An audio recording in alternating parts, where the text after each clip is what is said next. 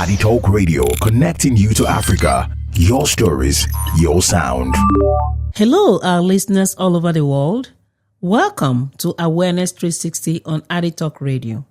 I'm your host, Professor Adie Jumbo. So today, we have the pleasure with us is Rear Admiral Geoffrey, Yanga, retired. A very disciplined naval officer, a respected son of the Niger Delta in general, not just the Ijaw son, and now an aspirant for the president of the Ijaw National Congress. Rear Admiral, welcome to the Awareness 360. It's good to have you here. Thank you very much. Thanks for having me here. Wonderful. Great. Admiral, there are quite a couple of questions that we have today for you, and hopefully you help us to throw more light on some of these questions, given that you are vying for the office of the president for the INC. Many know you as a naval officer, but before the uniform, who was young Geoffrey Yanga? What shaped you growing up in the Ijaw land?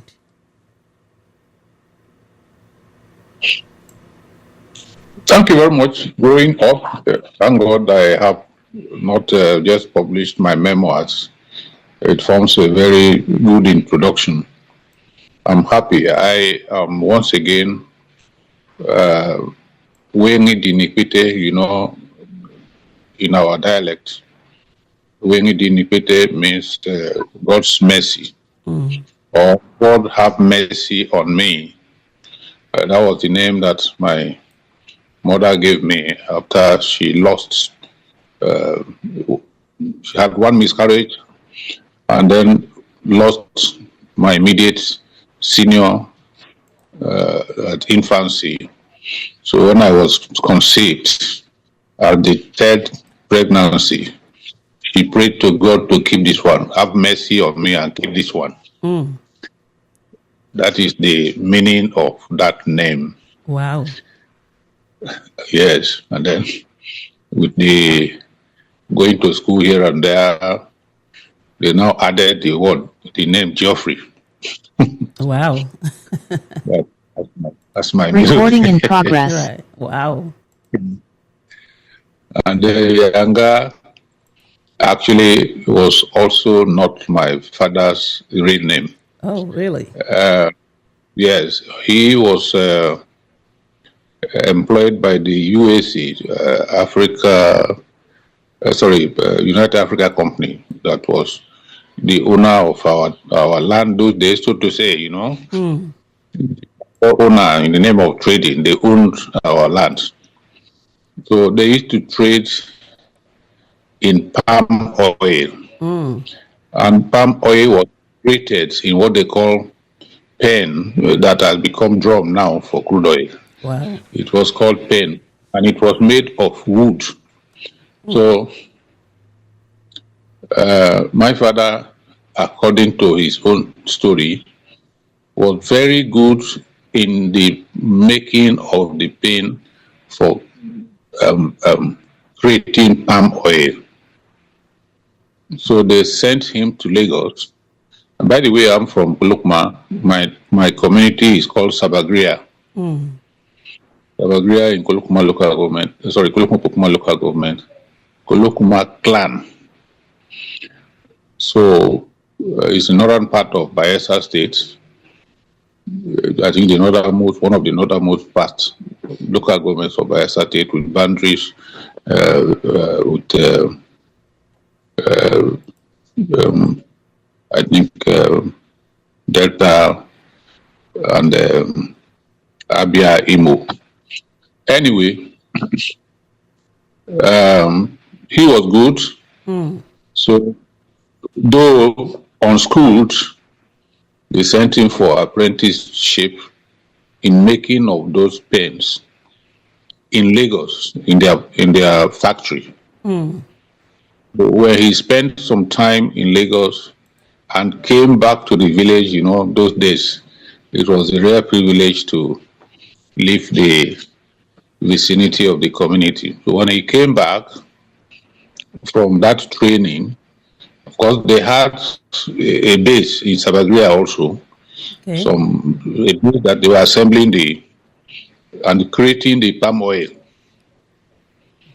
Okay. So, having come back from the township, then he started behaving, it's a common language in Nigeria. Yanga means pride, jovial person. Wow.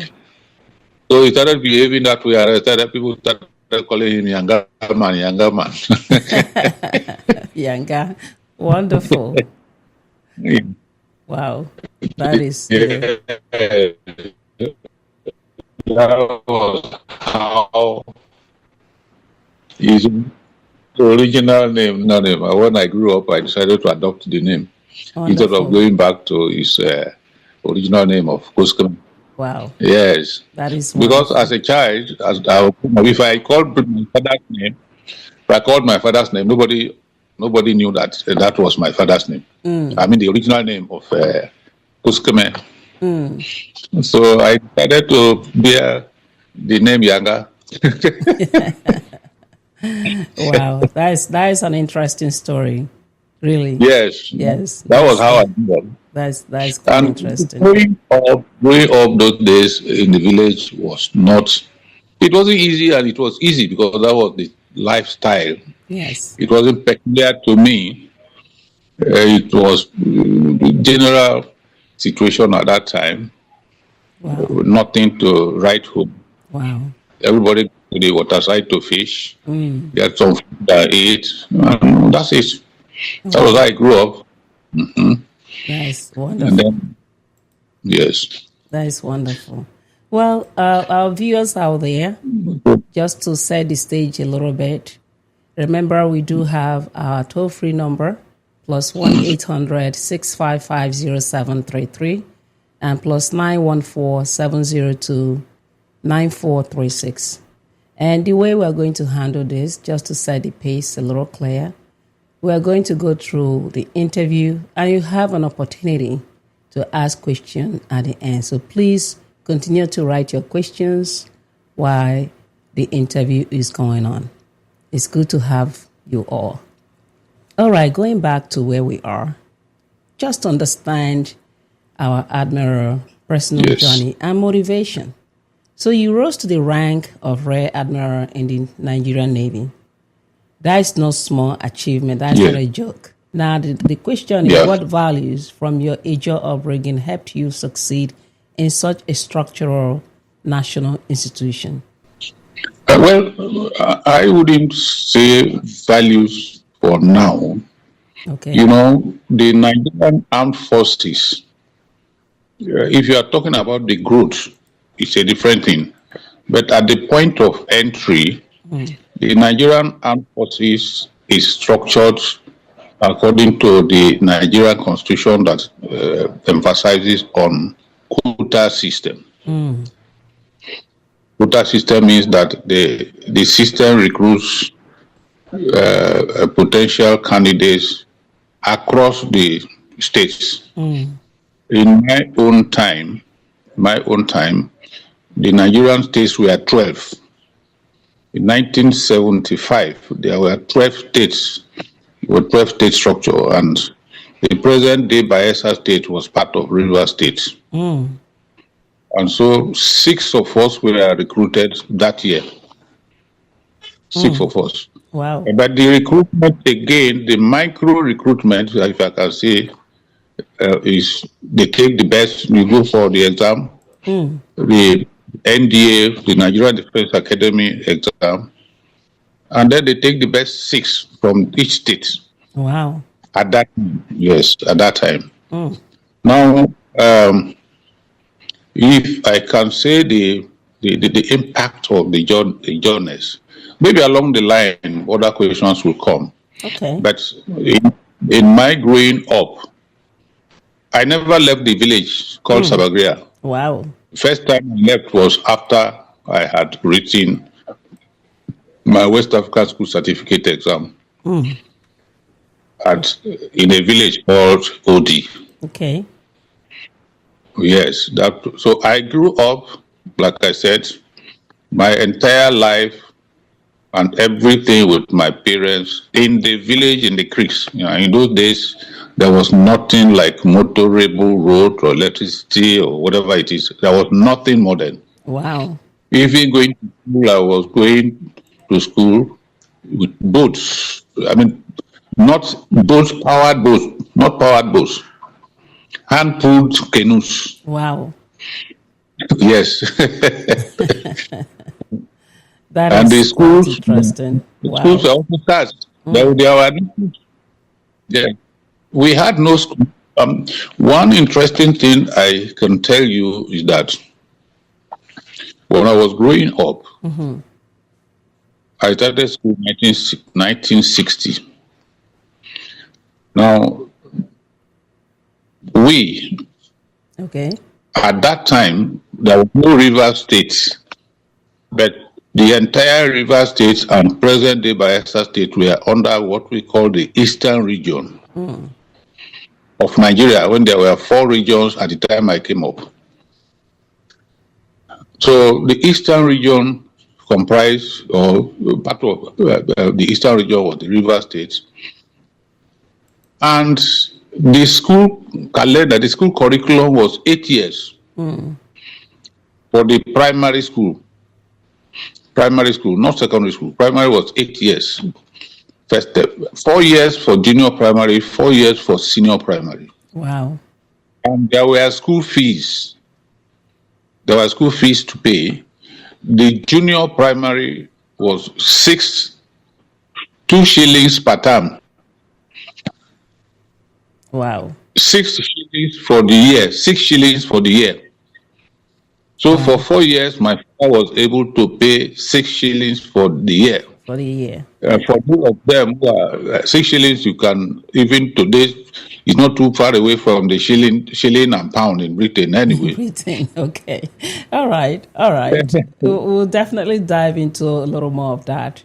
After your retirement, you ventured into agriculture and fish farming. Why did you choose that path, and what message were you sending to young Ijaw people about reliance?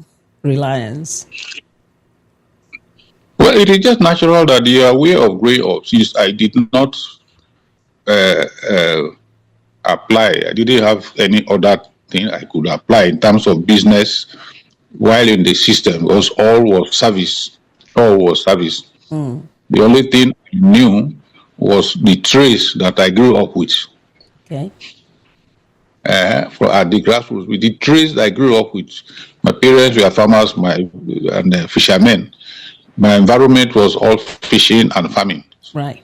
And then, anyway, secondly, like you said, our people, our children, our young ones today, a bit relaxed on some of those things. Right. Having half education. Right. That gave me the inspiration to try and recreate those experiences growing up. Right. Wonderful. So recently you spoke strongly about what you describe as culture of laziness affecting Nigerian youth. That stirred very strong conversation across the board. Can you explain what you meant and how the Ijaw youth can avoid that kind of trap?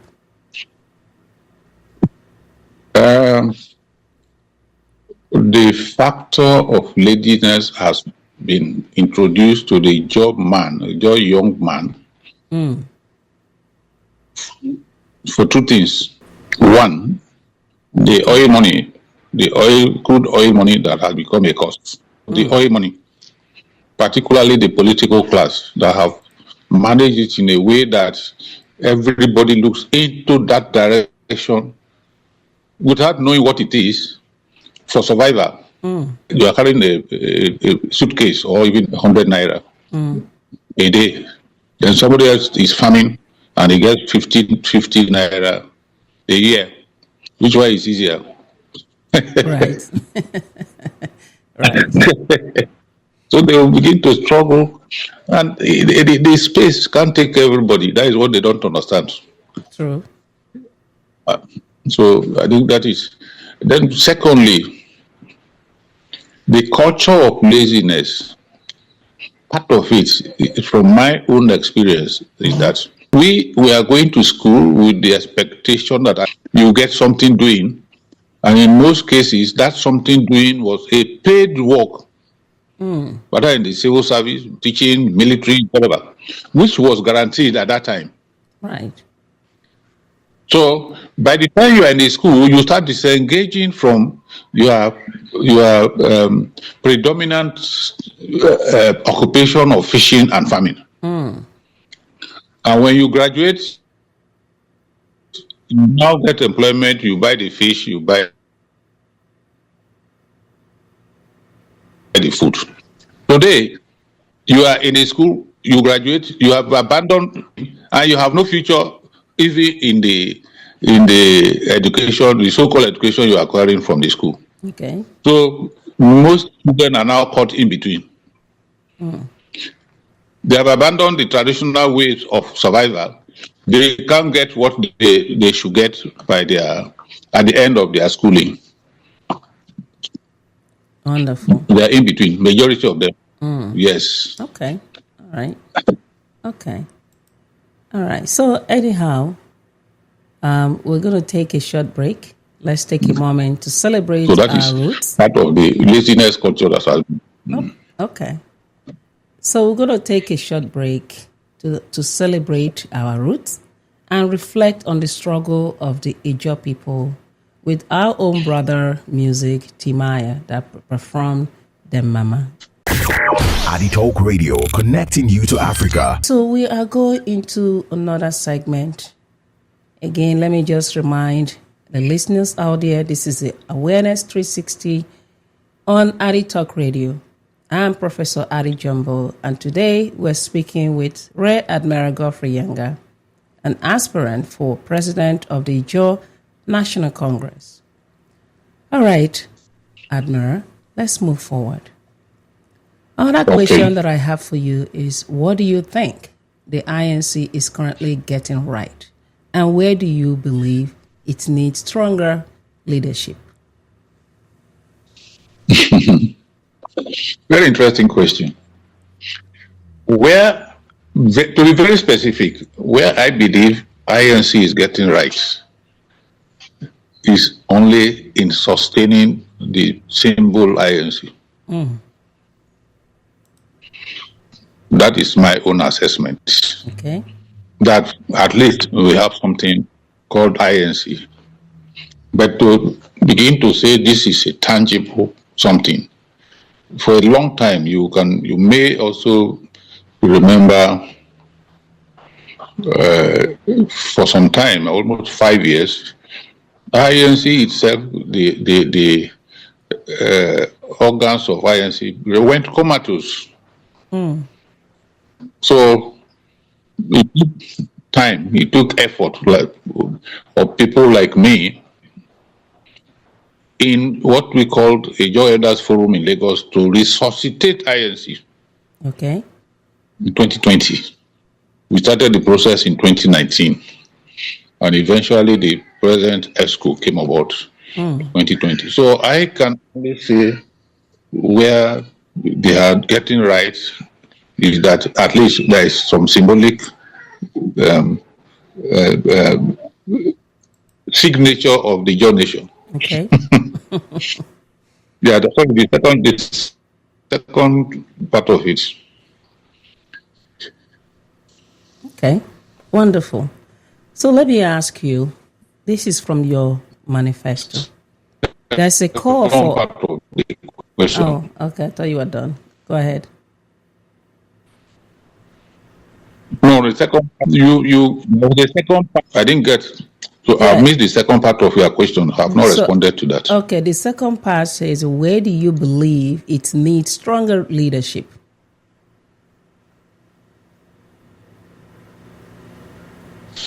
Okay. That is what I have. I think the first one leads to that. Right. Because the INC, the executive has upheld the symbol INC, but we have motion without movements. So we need a stronger leadership of INC to provide that movement. Wonderful. All right, let's move ahead. So, thank you. Okay. Your manifesto calls for a paradigm shift from predominantly physical agitation towards structured intellectual engagement, strategic planning, and disciplined execution, and proactive diplomacy. Just to clarify for our audience, which of these four pillars will you prioritize in your first year, and how will you measure success?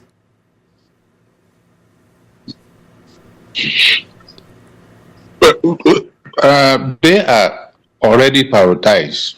Okay. Strategic planning. Yes, they are already prioritized. You could see from a predominantly physical agitation to a more holistic, strategically planned protest. You know, the way they are, what has been laid down in my flyer and the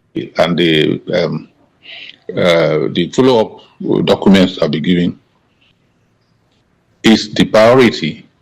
The priority is that we must strategize our approach to agitating for a better Ijaw Nation. Okay. Why?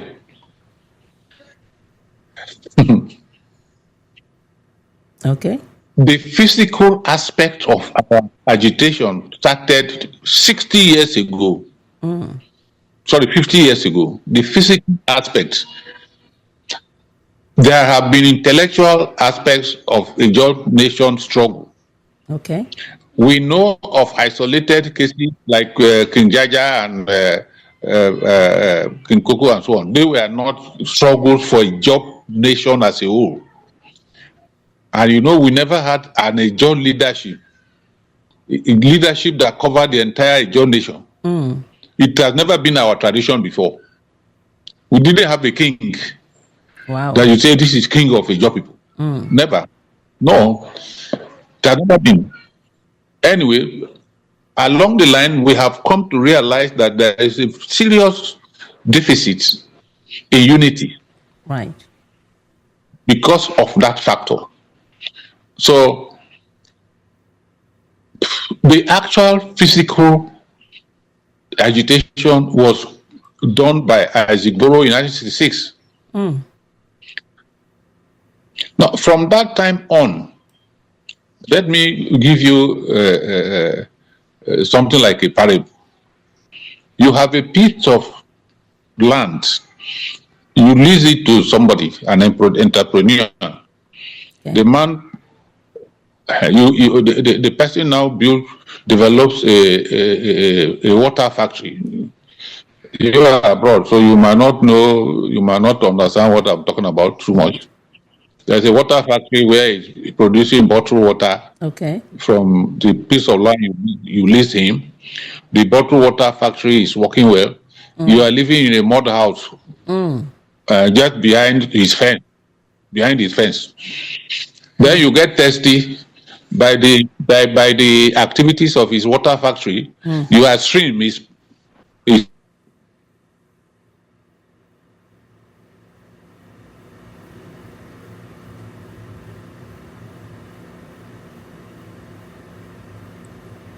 Please bear with me.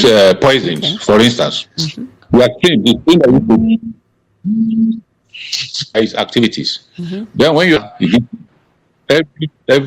every year or after some weeks, the one he gave you is finished, you go back, then you see that the cycle continues. You bring some threat level, he gives you more bottled water, it gives you more crates of water. And every time that has been our cycle.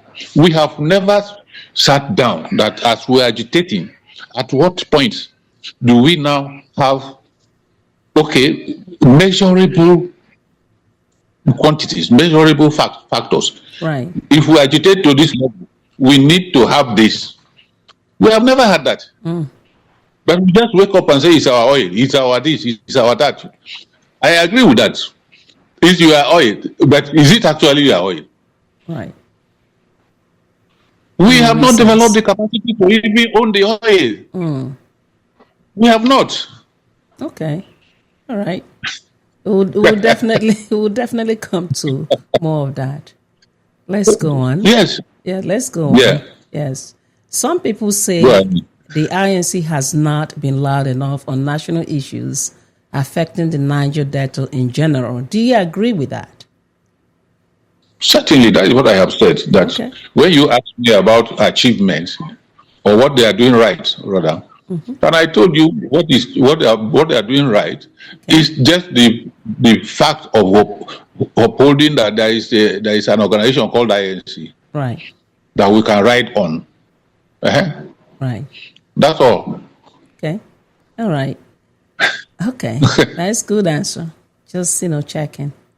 Anyhow, Okay. this is another question for you, sir. What makes you Yeah. what makes your candidacy different from others in this race? Yes. Thank you. I have just narrated. I didn't even finish. Okay. Narrated my background. I didn't finish my background narrative before we change to another aspect of the interview. Okay. When you have passion, you first of all, for any activity you engage in, you must have passion. Right. You must have passion. Passion is key to the success of that activity you engage in. Okay. I have the passion by being a member, being a victim of the exploitation as a child, with knowledge. That's where I was going. You see, when these oil explorers started coming in to our area in their service boats,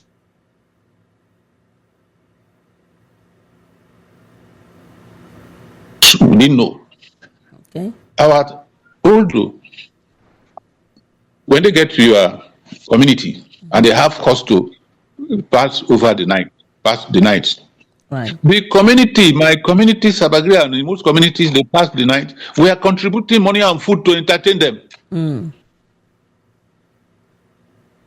Entertain them, even overnight, organize parties. Oil exploration boats. So it took the Isaac Borough to realize from the University of Nsukka to begin to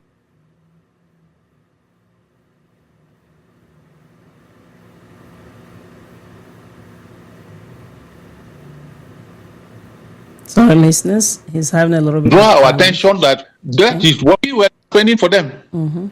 I grew up in that system. I saw it as a young boy, and we are happy. If for any reason they ask you, call you to go to enter the boat, and then maybe send you to go and buy cigarette or something, you come down from that boat, it was like you have come back from London.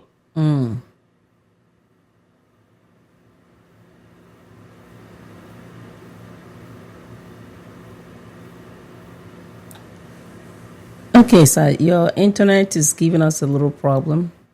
You're going in and out. I don't know if you can find maybe a better location.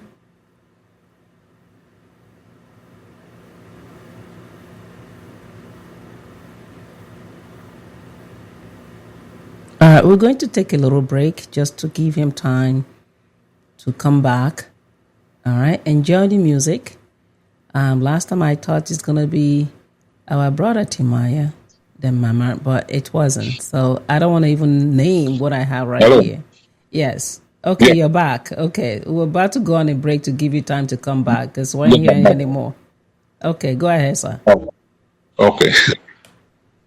Yeah, so I grew up in that system, and it was in that condition that Isaac Burrow started his later codenamed 12-day revolution. And when he did that, the reprisal was on my parents. Reprisal was on my parents, on my elder brothers, my elder sisters. I witnessed it. Wow. I was just telling you that within that period, I couldn't go to school because my father could not pay £1 school fees for a term. Wow. £3 a year. Wow. He couldn't pay.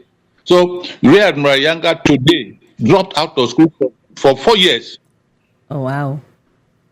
Today's Rear Admiral dropped out of school for 4 years because of £3 school fees per annum under Eastern region.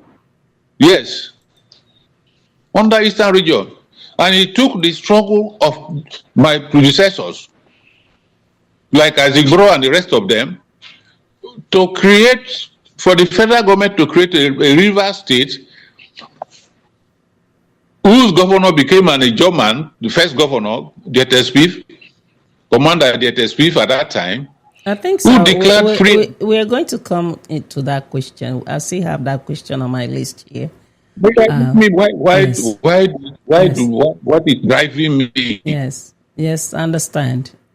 I understand, sir. Just bear with me. We'll get there. Why is my own different? Why is my own different? Because it has to come from inside. Yes. Okay. Let's step into Nigeria's wider social political space.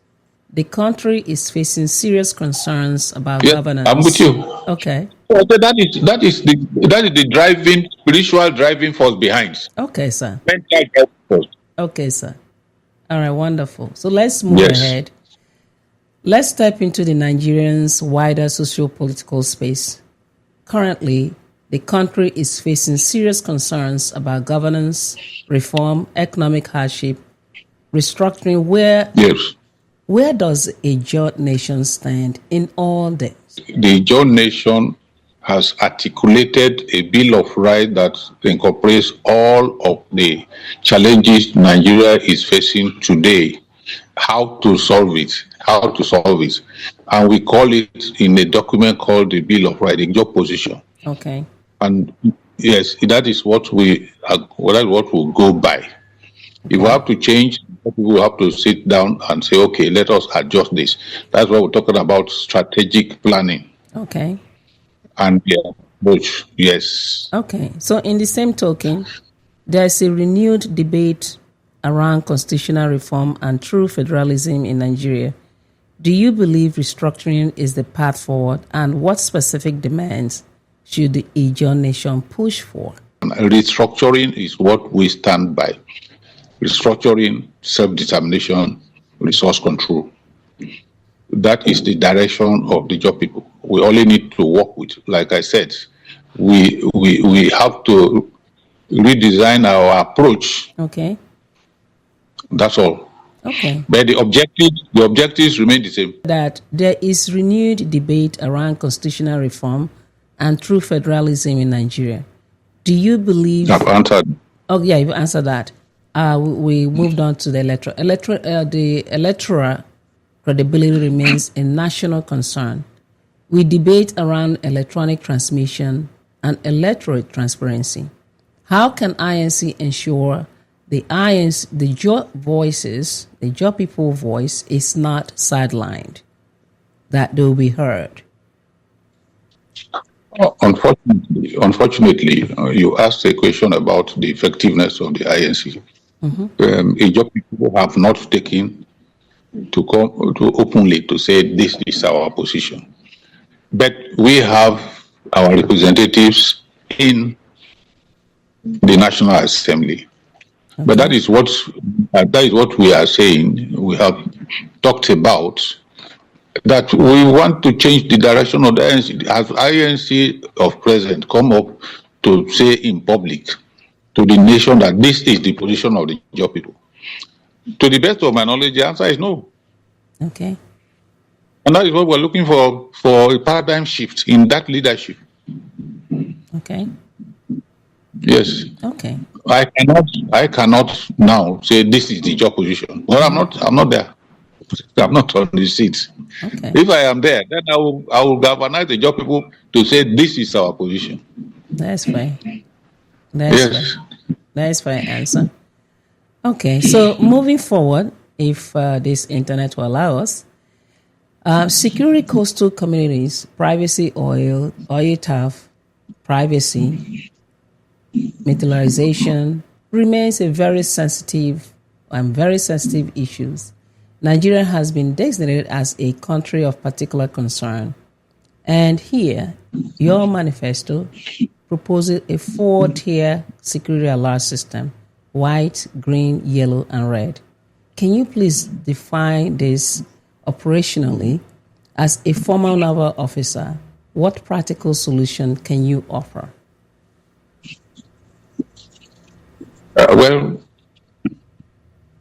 That is why I have that background of the 4-point approach to security. You see, the strongest form of security is community bonding. That is the first line of defense, first line of security. When communities are bonded, you can't have external aggression easily. Right. So yes, so that bonding must be strengthened. For now, that identity for bonding is losing strength. So once we get that, the security generally, it is not the INC's responsibility. It is the executive arm of government. INC's responsibility in sensitizing security communities is all communities on the need for them to take that security responsibility by themselves. And because it is most of the time, it is they say it is the rat inside that goes to tell the rat outside that there is food in there. Right. Yes. So we start from there, but the other elements of security are basically executive arm of governments that we collaborate with. Once we can ground our own, we used to have community police in those days. By themselves. Community police, it had nothing to do with the federal or state governments in those days. Community will organize and take care of themselves. Okay. So even if you are a thief within the community, they have to do. Sure. Great. Well, let's move forward a little bit on what I call the blue economy, and I believe that is also from your proposal. And for clarity's sake, you said the blue economy referred to a sustainable maritime-based economic activity, including fisheries, marine transport, offshore energy, and coastal development. What institutional mechanism will INC use to influence federal blue economic planning?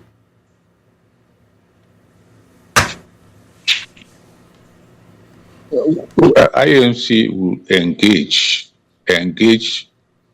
the federal government that has come up with this concept of blue economy. They will listen to you, but before you engage, you must organize yourself.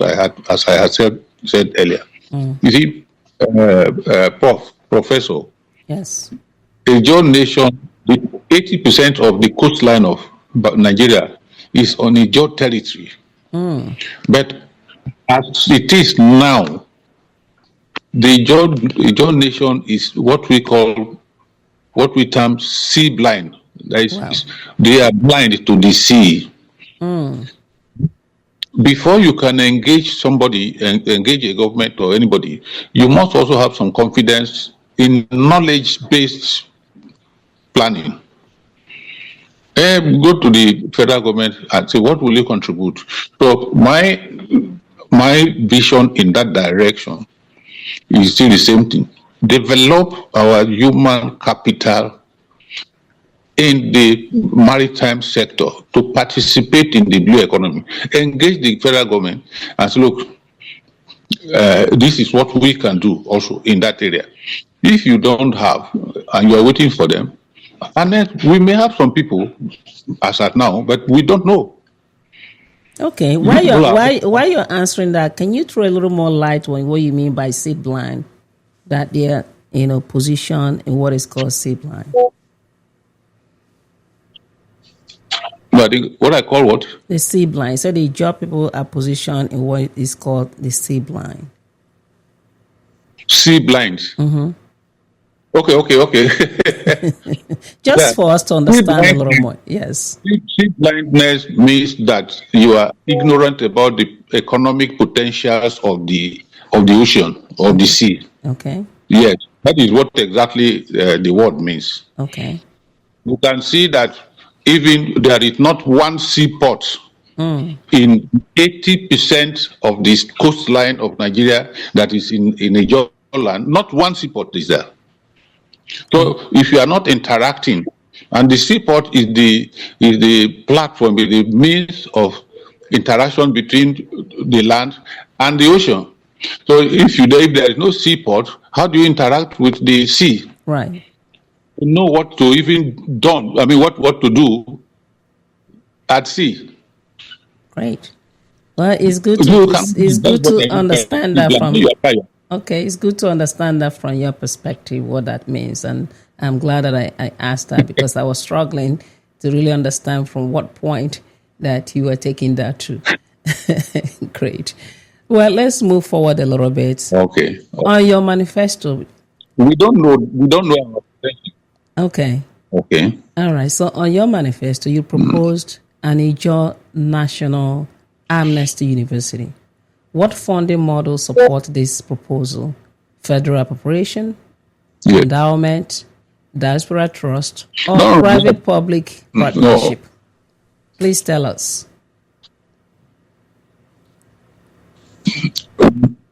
We work on it, but I think since there is an amnesty program, okay, we will study the program. But many of those universities are federal owned, but we can have, like we have suggested, if we structure the universities specific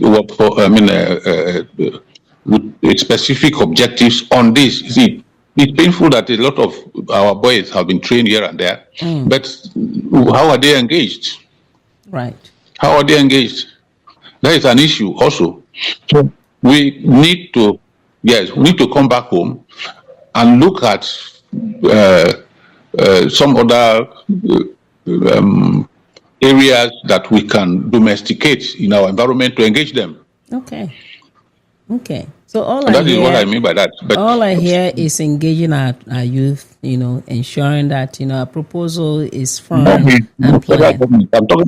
I'm talking of federal government. Federal government, yes, engage the federal government to begin to put structures to engage the people they are training within the Ijaw territory. Okay. That's what we are saying. Just to send someone to go and train in Harvard, and then he remains there. If he comes back, he does what in Ijaw territory? There is nothing there.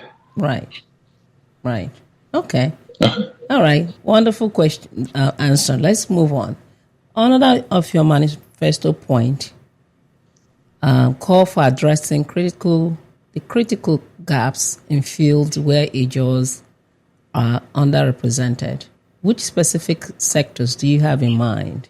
Is it STEM, maritime engineering, security study, public administration that requires urgent investment? So what do you have in mind?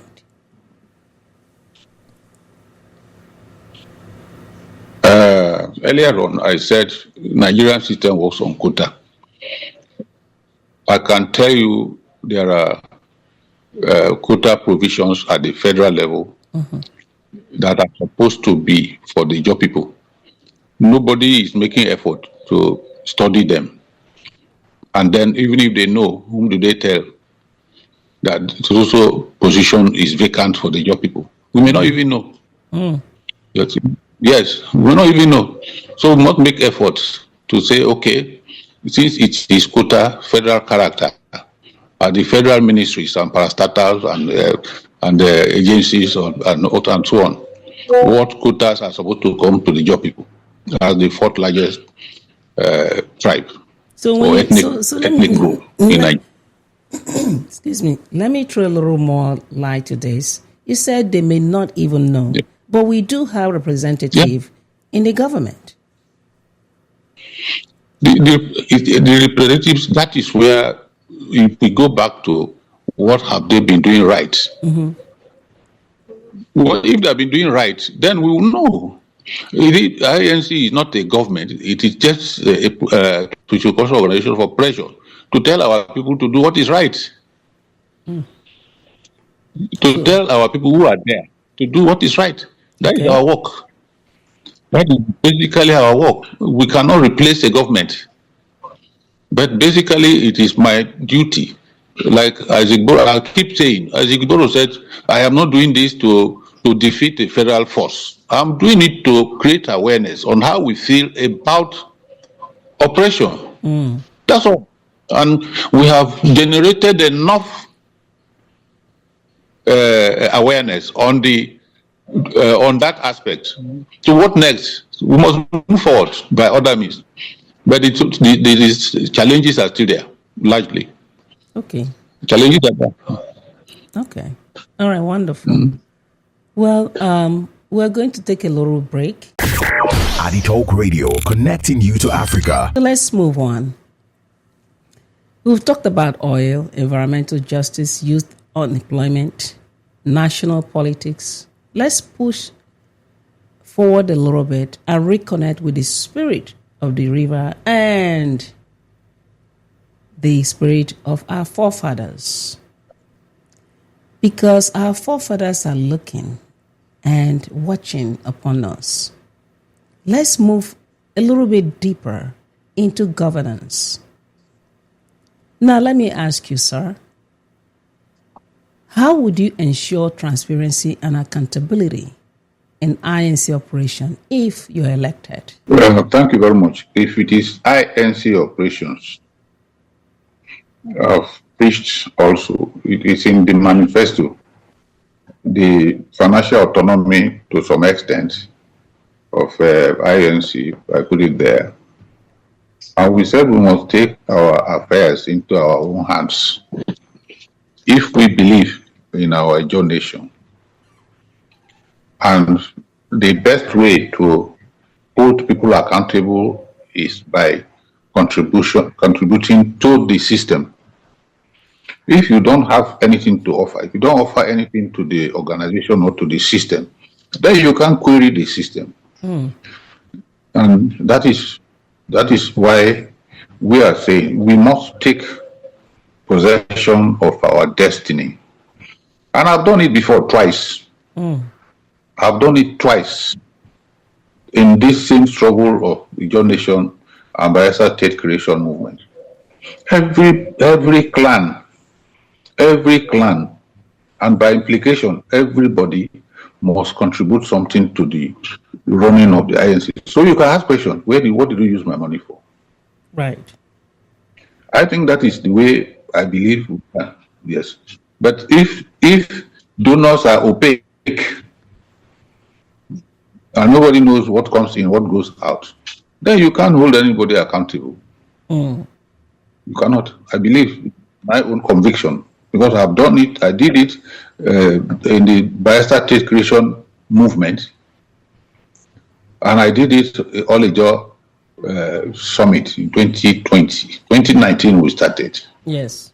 Before the present INC executive came, I was chairman organizing committee. We asked all the clans to contribute the token to fund the summit.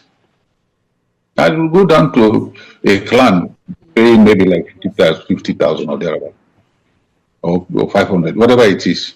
But no matter how small, let us take responsibility. Let's take our Yes. destiny to our own hands. Yes. Even if you're a big man, you're a rich man, fund it through in the name of your community, your clan, your zone.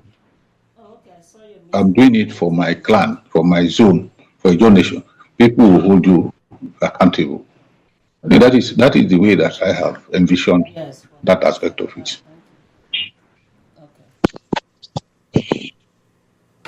Okay.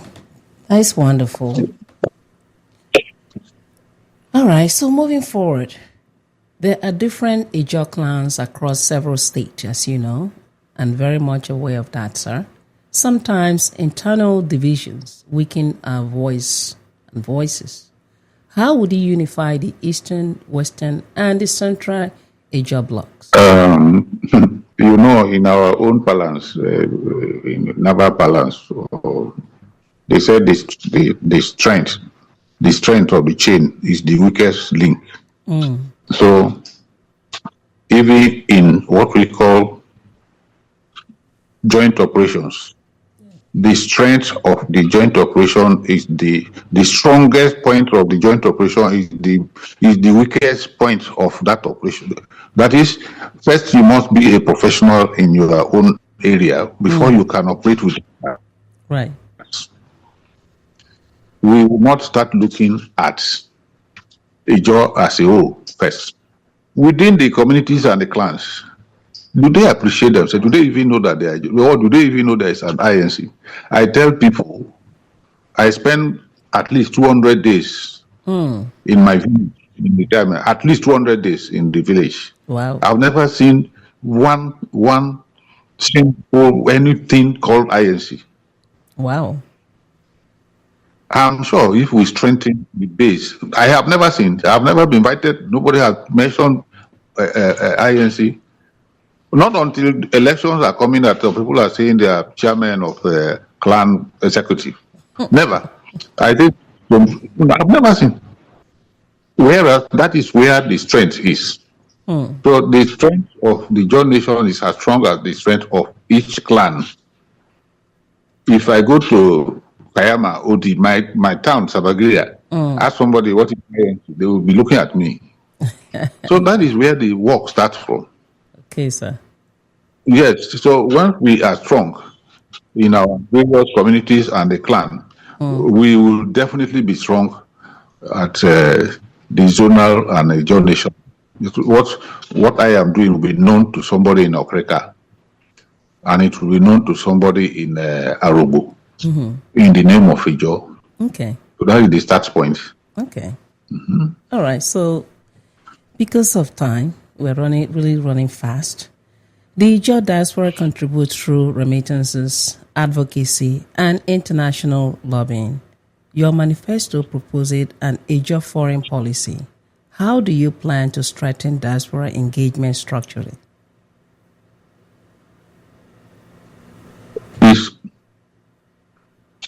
First and foremost, the Ijaw, the focus of Ijaw foreign policy is actually the first ring is about Ijaw and our neighbors, geographic neighbors.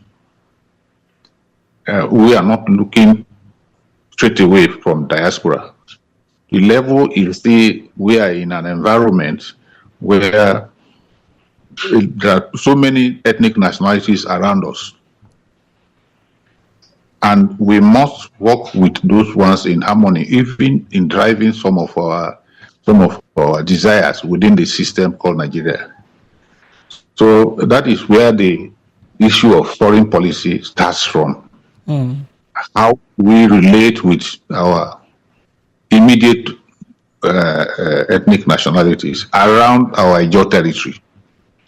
But the question here, sir, is the Ijaw sons and daughters. That's what I'm saying. You said my yes. You quoted the you quoted the manifesto where it says your foreign policy. Right. It's about diaspora. Right. It's about what I mean by the foreign policy. It's not about diaspora.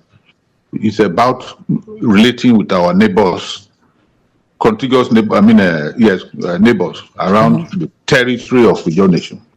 Now, relating with the Ijaw diaspora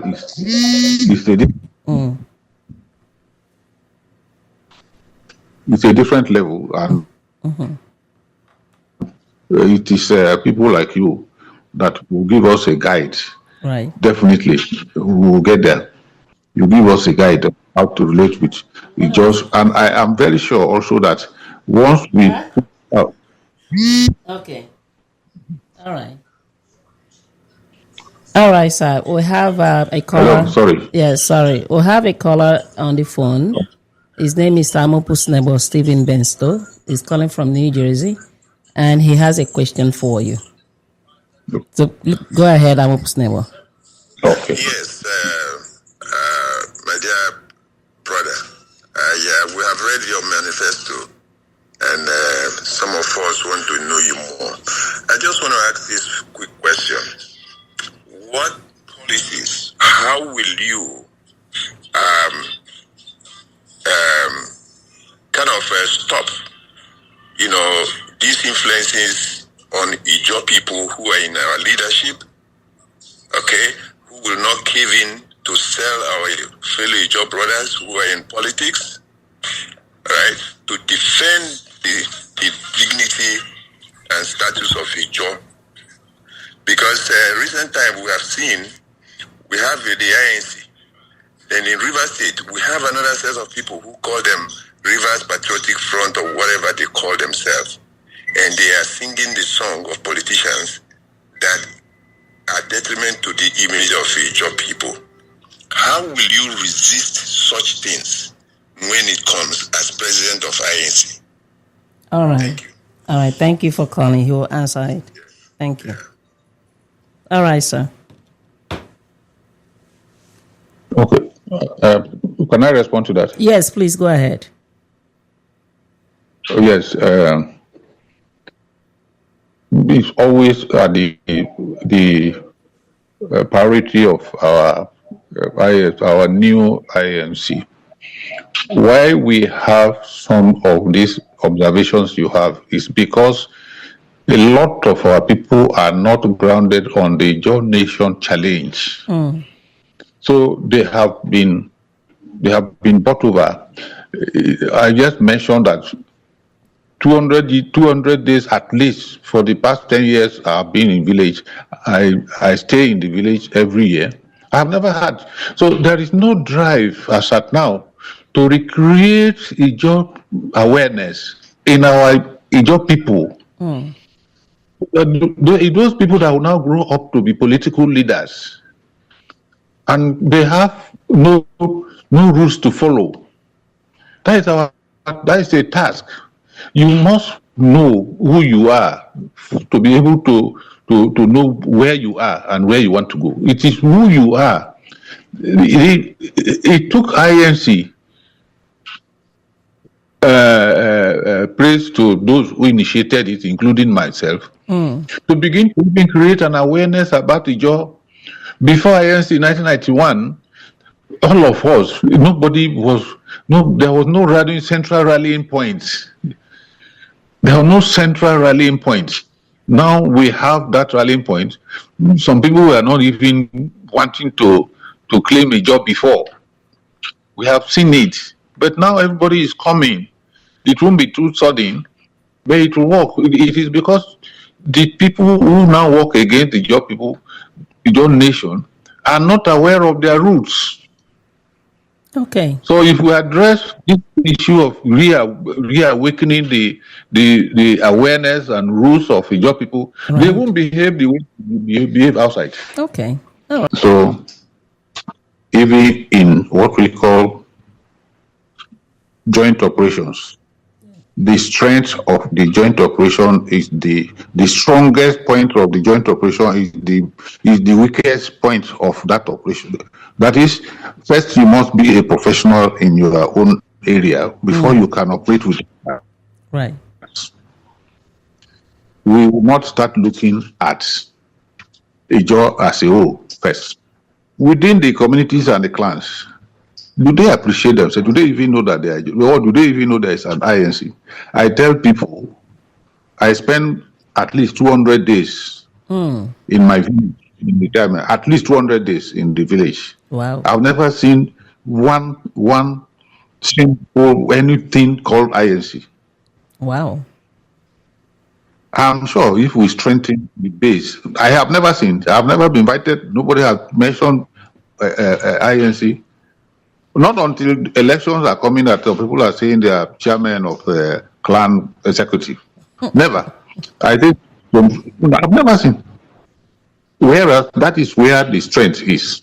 So the strength of the Ijaw Nation is as strong as the strength of each clan. If I go to Kayama, Odi, my town, Sabagiria, ask somebody what is INC, they will be looking at me. So that is where the work starts from. Okay, sir. Yes, so when we are strong in our various communities and the clan, we will definitely be strong at the zonal and Ijaw Nation. What I am doing will be known to somebody in Okreka, and it will be known to somebody in Arobo, in the name of Ijaw. Okay. So that is the start point. Okay. All right. So, because of time, we're really running fast. The Ijaw diaspora contributes through remittances, advocacy, and international lobbying. Your manifesto proposes an Ijaw foreign policy. How do you plan to strengthen diaspora engagement structurally?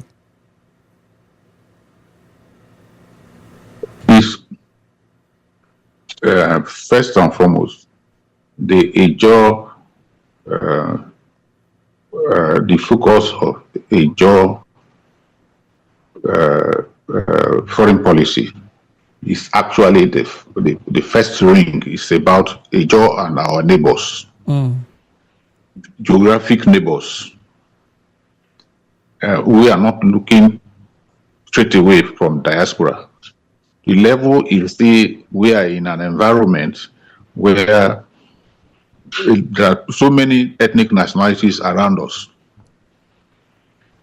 And we must work with those ones in harmony, even in driving some of our desires within the system called Nigeria.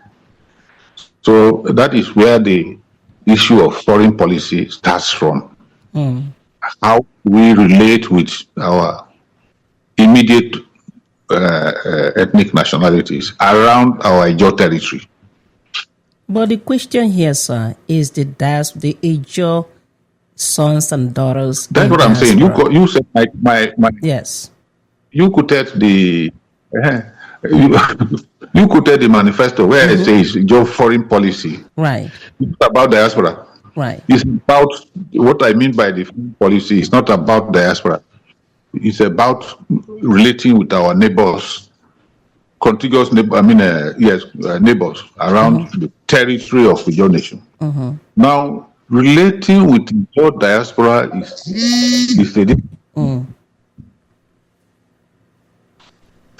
a different level, and it is people like you that will give us a guide. Right. Definitely, we will get there. You give us a guide on how to relate with Ijaws, and I am very sure also that once we okay. All right. All right, sir. We have a caller. Hello, sorry. Yes, sorry. We have a caller on the phone. His name is Amopusnebo Stephen Bensto. He's calling from New Jersey, and he has a question for you. So go ahead, Amopusnebo. Okay. Yes, my dear brother. We have read your manifesto, and some of us want to know you more. I just want to ask this quick question. What policies, how will you stop, these influences on Ijaw people who are in our leadership, okay, who will not cave in to sell our fellow Ijaw brothers who are in politics, right, to defend the dignity and status of Ijaw. Because recent time we have seen, we have the INC, Then in Rivers State, we have another set of people who call them Rivers Patriotic Front or whatever they call themselves. And they are singing the song of politicians that are detriment to the image of Ijaw people. How will you resist such things when it comes as president of INC? All right. Thank you. All right. Thank you for calling. He will answer it. Yes. Thank you. All right, sir. Okay. Can I respond to that? Yes, please go ahead. Yes. It's always the priority of our new INC. Why we have some of these observations you have is because a lot of our people are not grounded on the Ijaw Nation challenge. So they have been bought over. I just mentioned that 200 days at least for the past 10 years I've been in village. I stay in the village every year. I've never had. So there is no drive as at now to recreate Ijaw awareness in our Ijaw people. Those people that will now grow up to be political leaders, and they have no rules to follow. That is a task. You must know who you are to be able to know where you are and where you want to go. It is who you are. It took INC praise to those who initiated it, including myself, to begin to even create an awareness about Ijaw. Before INC in 1991, all of us, there was no central rallying points. There are no central rallying points. Now we have that rallying point. Some people were not even wanting to claim a job before. We have seen it. But now everybody is coming. It won't be too sudden, but it will work. It is because the people who now work against the Ijaw Nation are not aware of their roots. Okay. So if we address this issue of reawakening the awareness and rules of Ijaw people, they won't behave the way they behave outside. Okay. All right. For the interest of time, it's really out of time. What is the biggest threat to the Ijaw Nation today that you know? The biggest threat to Ijaw Nation is the challenge to Ijaw Nation unity. That is the threat. That is the biggest threat. It's not from outside. Yes. And if we can, the new INC can address that adequately, then we can achieve any other thing. Okay. The threat as at now is not from outside. It is our own coming together. Okay. To plan strategically. Yes, it's within. Okay. Yes. But we have enough knowledge-based professionals, but the coalition is absent. Okay. And what is one uncomfortable reform you are prepared to do immediately if you're elected? That is the reform. That is the reform? That is the...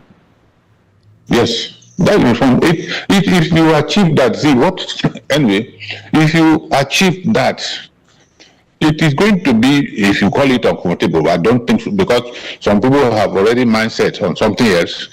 But in the task that we must do to make everybody understand that without that, we will be fighting against ourselves. There is nothing wrong in anybody belonging to any particular political party or business or whatever it is. Nothing wrong with that. You can't say, father cannot say all of his children must go and read a particular subject. No. Everybody, there is a fisherman, there is a farmer, there is a pharmacist, there is a footballer, there is anybody. But when the father is not well, what happens? All of them are supposed to gather together to attend to the father's ailment. Okay. All right. Yes. All right. Wonderful. Great answer. Sir, because of time, I also want you to tell us a little bit, if you're elected as the INC president, what will success look like at the end of your tenure? What I call development, what I call development, success, measurable development. And development, some people think it is just to cross a bridge or cross a road, make a road or something. Development is holistic. Okay. Once we have a blueprint, that is, I said it earlier. Right. Yes, we have been struggling, we have been fighting. When we fight to a certain point, what have we achieved in this fighting? That is also lacking. So once we have a blueprint, when I'm there, we establish the blueprint for Ijaw Nation development. We will see the milestones, including you. You have to join us. Okay. To make sure that we cross those milestones. Okay, sir. All right. That's a good one. So finally, this is your final question. Why should the delegates trust Rear Admiral Geoffrey Yanga with the future of the Ijaw Nation? Why should they trust you? Why should they vote for you? Yes, that is an issue of track record and antecedents. Okay. You must have a story to tell. Yes. And that is the story that has been summarized in my flyer and the manifesto. You must have, that is why I was laying a foundation. A mother who has labored, a reasonable mother who has labored will not abandon her child. So you have the antecedents, like I've said.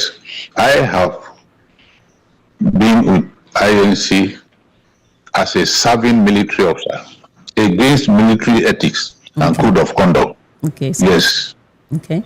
I just managed to survive. Okay. Okay. Wonderful. Well, thank you so much. And it was a pleasure having you. Well, Rear Admiral Geoffrey Yanga, thank you. And thank you so much, even with the network issues. Can you help me to pronounce that? Because I didn't want to murder it. I think that is one program that needs to be initiated. I did not want to murder that name, honestly. I'm saying the truth. Can you please pronounce it for me? Woyengidinikpete. Okay, Woyengidinikpete. Okay, all right. So thank you for sharing your thoughts.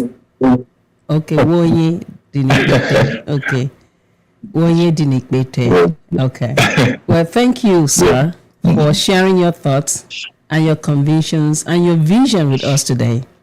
The Ijaw Nation has always played a critical role in shaping Nigeria in areas such as defending the territorial waters, powering national economy, and cultural pride. Through all these and more, the Ijaw spirit is very resilient. The goal here is to build a stronger Ijaw Nation that contributes to a stronger Nigeria and one Nigeria. We can please make that work. You've heard from our Admiral, Rear Admiral. He talked about employment opportunity. He talked about youth engagement. He talked about policies, security. He touched every point. All right, so you've heard him. You've also heard the other candidate yesterday, our engineer, Wodu. So please ensure that you make the right choice. I'm not here to tell you who. I'm not taking side because my vote is already in the hands of my delegates. So I want to plead with all our Ijaw brothers and sisters. As you heard him, unity is the key. The key to unite, the key to succeed is unity. So thank you for listening to us today, irrespective of the technical glitches that we had from Nigeria point, but we made it through. So thank you so much. AdieTalk Radio, connecting you to Africa.